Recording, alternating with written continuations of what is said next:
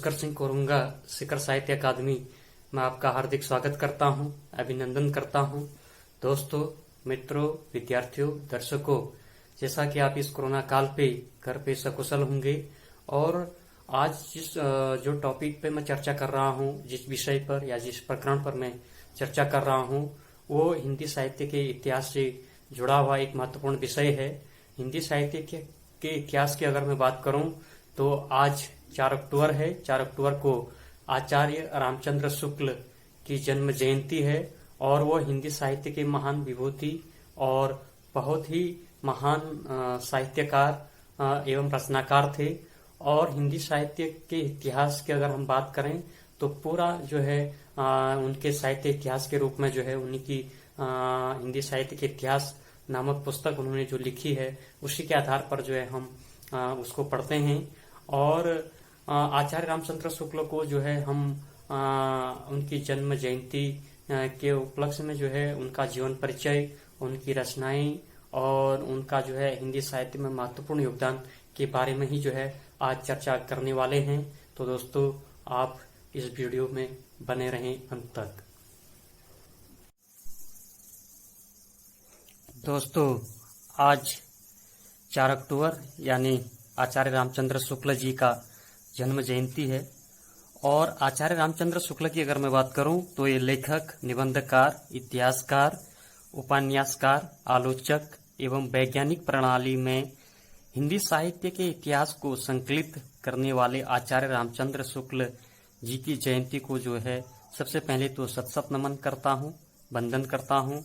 और इनका अगर जीवन परिचय की अगर मैं बात करूं तो इनका जन्म, आचार्य रामचंद्र शुक्ल का जन्म जो है 4 अक्टूबर 1884 में जो है बस्ती जिले, जो उत्तर प्रदेश में है, बस्ती जिले के उगना नामक गांव में हुआ था। दोस्तों, पिता जो है इनके पंडित चंद्रवली शुक्ल की नियुक्ति सदर कानूनगो के पद पर जो है मिर्जापुर में हुई, तो समस्त परिवार वहीं आकर रहने लगा। दोस्तों, जिस समय शुक्ल जी की अवस्था 9 वर्ष की थी, उनकी माता का देहांत हो गया था और मातृ सुख के अभाव के साथ साथ जो है विमाता से मिलने वाले दुख ने उनके व्यक्तित्व को अल्प आयु में ही क्या कर दिया दोस्तों, परिपक्व बना दिया।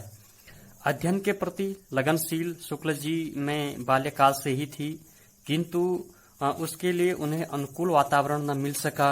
मिर्जापुर के लंदन मिशन स्कूल से 1901 में स्कूल फाइनल परीक्षा FA उत्तीर्ण की और उनके पिता की इच्छा थी कि शुक्ल जो कचहरी में जाकर दफ्तर का काम सीखें, किंतु शुक्ल जी उच्च शिक्षा प्राप्त करना चाहते थे और पिताजी ने उन्हें वकालत पढ़ने के लिए इलाहाबाद भेजा, पर उनकी रुचि वकालत में न होकर साहित्य में थी।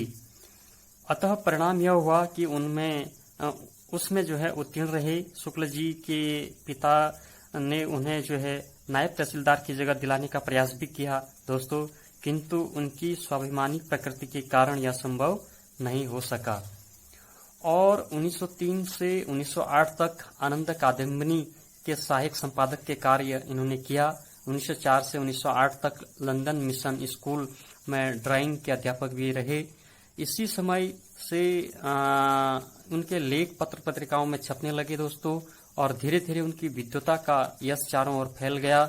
उनकी योग्यता से प्रभावित होकर 1908 में काशी नागरी प्रचारणी सभा ने उन्हें हिंदी शब्द सागर के सहायक संपादक का कार्यभार भी सौंपा, जिसे उन्होंने सफलतापूर्वक पूरा किया। श्याम सुंदर दास के शब्दों में शब्द सागर की उपयोगिता और सर्वांगीण पूर्णता का अधिकांश श्रेय जो है पंडित रामचंद्र शुक्ल को ही प्राप्त है।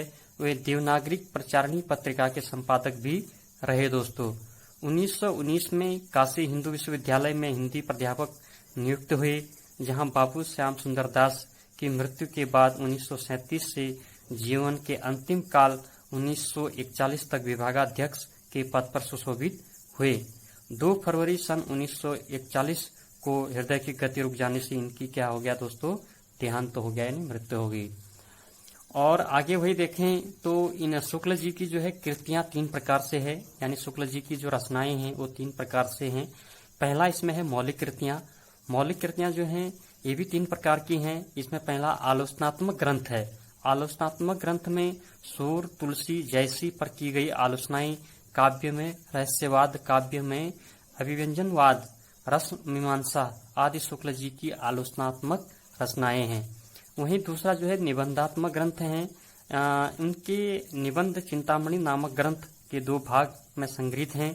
चिंतामणि के निबंध के अतिरिक्त शुक्ल जी ने कुछ अन्य निबंध भी लिखे हैं दोस्तों, जिनमें मित्रता, अध्ययन आदि निबंध सामान्य विषय पर लिखे गए निबंध हैं। मित्रता निबंध जीवन उपयोगी विषय पर लिखा गया उच्च कोटि का निबंध है, जिसमें शुक्ल जी की लेखन शैली, गत विशेषताएं झलकती हैं। क्रोध निबंध में उन्होंने सामाजिक जीवन में क्रोध का क्या महत्व है, क्रोधी की मानसिकता जैसे संबंधित पहलुओं का विश्लेषण इन्होंने किया है। वहीं तीसरा जो है ऐतिहासिक ग्रंथ है, हिंदी साहित्य का इतिहास, उनका जो है अनूठा ऐतिहासिक ग्रंथ है। और दूसरा जो है अनुदिति कृतियां हैं।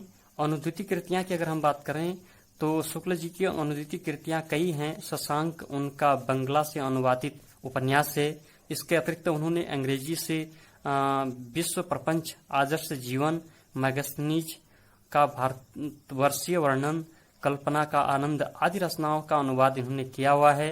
आनंद कुमार शुक्ल द्वारा आचार्य रामचंद्र शुक्ल का अनुवाद कर्म नाम से रचित एक ग्रंथ में उनके अनुवाद कार्यों का विस्तृत विवरण भी दिया गया है। और जो तीसरा है दोस्तों संपादित कृतियां, संपादित ग्रंथों में जो है हिंदी शब्द सागर, नागरी प्रचारणी पत्रिका, भ्रमर गीतसार, सूर तुलसी जैसी ग्रंथावली उल्लेखनीय हैं। तो दोस्तों आचार्य रामचंद्र शुक्ल हिंदी साहित्य के एक महान विभूति थे, जिन्होंने जो है हिंदी साहित्य का इतिहास जो है सबसे लोकप्रिय है, जो आज भी हम जो है उस पुस्तक का जो है साहित्य के रूप में इसको पढ़ते हैं।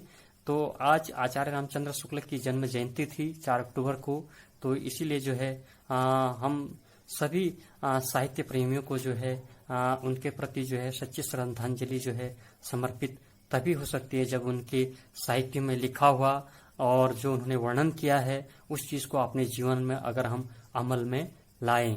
तो दोस्तों ये वीडियो अगर आपको पसंद आई तो इसको लाइक करें, शेयर करें और सब्सक्राइब करें। और कमेंट बॉक्स में अगर कोई सुझाव अगर आप देना चाहते हैं तो कमेंट सेक्शन में आप जरूर लिखें।